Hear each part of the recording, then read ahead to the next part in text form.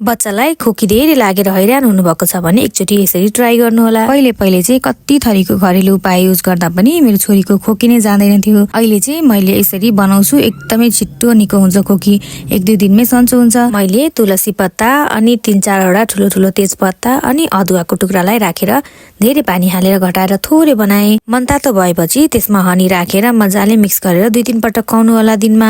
बाँकी हनी नमिसाएको पानीलाई चाहिँ फ्रिजमा राख्नु होला अनि चाहिने बेला मनतातो गरेर हनी मिसाएर दिनु होला। यो खुवाउनु भएपछि 15-20 मिनेटको लागि केही पनि नखाउनु होला।